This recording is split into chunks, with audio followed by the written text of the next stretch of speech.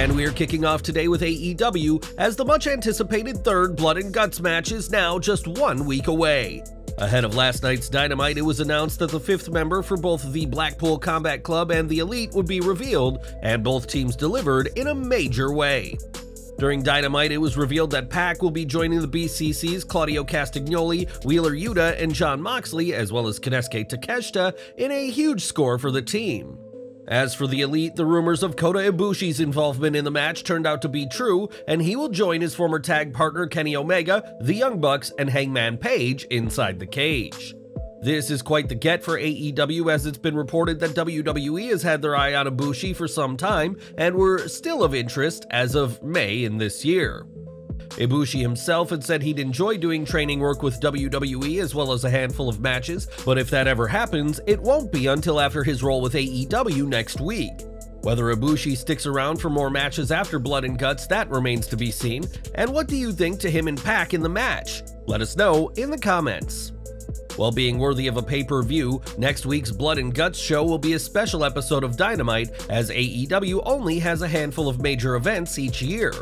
In comparison to WWE's monthly premium live events, AEW's shows are far more spaced out, but that could soon be changing for Tony Khan's first promotion.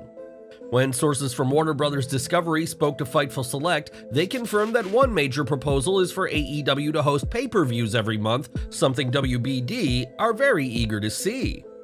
One source even described the idea as a very likely possibility, but it isn't clear if these events will be standalone televised shows or if some would play out on the Max streaming service. AEW's most recent addition to its pay-per-view schedule came last year with the debut of Forbidden Door, and sources have clarified that nothing is confirmed for the future of programming at this time. If AEW fans do end up paying for a new pay-per-view every single month, it could get pretty expensive, so it'll be interesting to see how the company manages this possible issue. Would you be willing to pay for a new AEW pay-per-view every month, or do you think the company should stick with what they have? Let us know down below. More from Dynamite now, as this week's show saw the debut of Nick Wayne, the 18-year-old prodigy who fans had been hoping to see compete for some time. While Wayne has been able to compete in other promotions, him being underage meant he could not compete on TV until he turned 18, which happened just a few days ago. On Dynamite, Wayne certainly lived up to expectations with his match against Swerve Strickland, despite coming up short against the former AEW World Tag Team Champion. After the match, Tony Khan made things official, saying that Wayne had a great debut, and fired off the tweet that Nick Wayne is officially All Elite. Wayne may not have gotten the win, but he certainly looked impressive at this week's Dynamite, so expect big things in the future of the newest member of the AEW roster. On last week's SmackDown, Grayson Waller made his Blue Brand in-ring debut against Edge, and despite losing, the Australian superstar has earned a lot of praise for his efforts. Even in defeat, Waller has remained his cocky self, even naming his debut inside Madison Square Garden as the greatest ever, and has taken aim at someone else who debuted in MSG.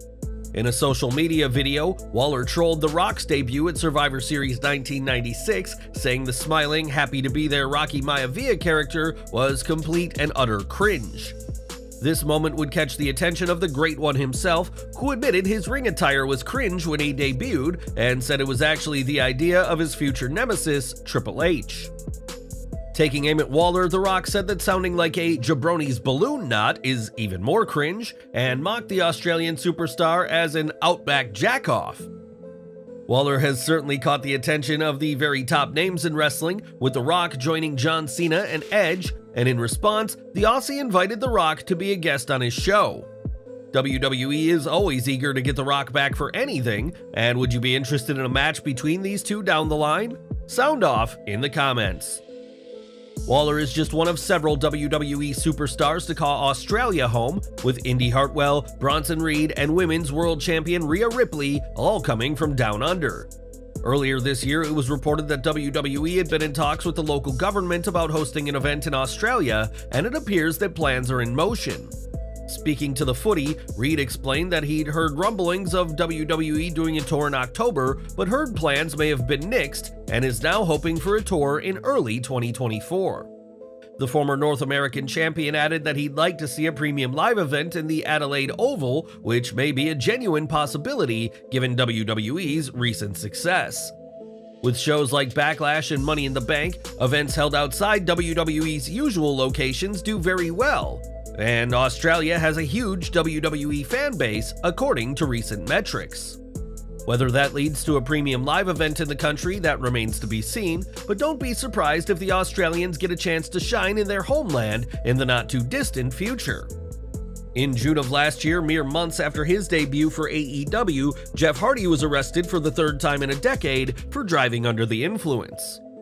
The only man to be charged with a DUI in AEW, WWE, and Impact, Hardy was immediately suspended without pay, and all plans for him were canned. But what were those plans? Well, when speaking with the Daily Mail Online, Matt Hardy revealed that there were tentative plans for the Hardys to win the AEW World Tag Team titles around the time of Jeff's arrest. Matt added that there were months of storylines that were planned out for after their title victory, but of course Jeff's incident put an end to any ideas for the pair to win the gold. Now Hardy is back, though was recently written off of TV with an injury, so if there's going to be a tag title run, it won't be anytime soon. When Matt joined AEW, he spoke openly about wanting Jeff to join so they could have one last tag title run, but before that happens, the charismatic Enigma will have to prove that he can be trusted again.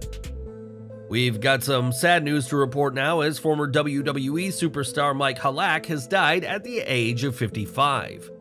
News of Halac's death was announced by Eric Sims of ESS Promotions, who had booked Halac for a 90s wrestling convention slated for this September.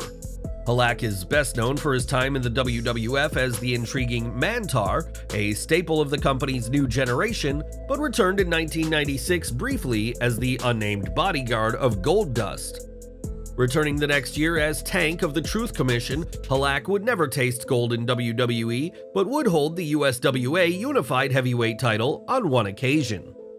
With stints in WCW, ECW, and various indie promotions to his name, Mike Halac was quite the journeyman, and we'd like to offer our condolences to his family and those who knew him at this very sad time. And we're ending today as we started with some AEW news, as the finals of the Owen Hart Foundation Women's Tournament are coming together. During this week's Dynamite, Ruby Soho advanced to the finals with a victory over Sky Blue, and will compete in the finals that'll take place on this week's Collision. Soho, who came up short in last year's finals, will face either Willow Nightingale or Athena in a match that'll play out on this Friday's episode of Rampage. Collision will also feature the men's final between CM Punk and Ricky Stark, and which man and woman do you hope to see emerge victorious in the Owen Hart tournament?